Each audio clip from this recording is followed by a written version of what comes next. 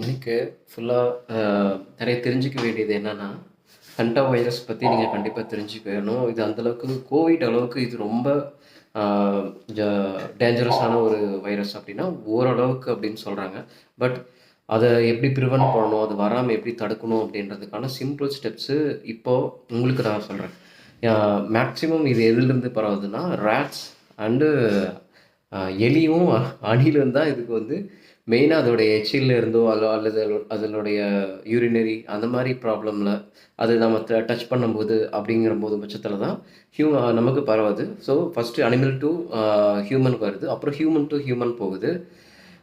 இதை தான் நம்ம ப்ரிவென்ட் பண்ணிக்கிறது எப்படி அப்படின்னா, ஹியூமன் டு ஹியூமன் போகிறது வந்து சிம்பிளாக நீங்கள் எங்கே எதை க்ளீன் பண்ணாலும் சரி, ஒருவேளை உங்கள் வீட்டில் ரேட்ஸ் இருக்குது, அணில் இருக்குது அப்படின்னா கூட நீங்கள் க்ளவுஸை வச்சு க்ளீன் பண்ணுறது ரொம்ப ரொம்ப பரவாயில்ல. அது நீங்கள் க்ளவுஸ் வாங்கி ப்ரிவென்டிவாக க்ளீன் பண்ணிக்கோங்க.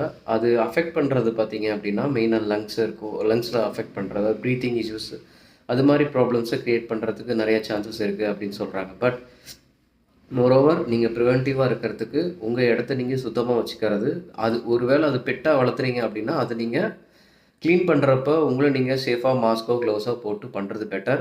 அப்படி இல்லை அப்படின்னா ரேட்ஸ் இருக்கிற ஏரியா மெயினாக நீங்கள் அதை அவாய்ட் பண்ணுங்கள். இல்லை ரேட்ஸ் வராமல் பார்த்துக்கோங்க. இதுவே பெரிய ப்ரிவென்ஷன்.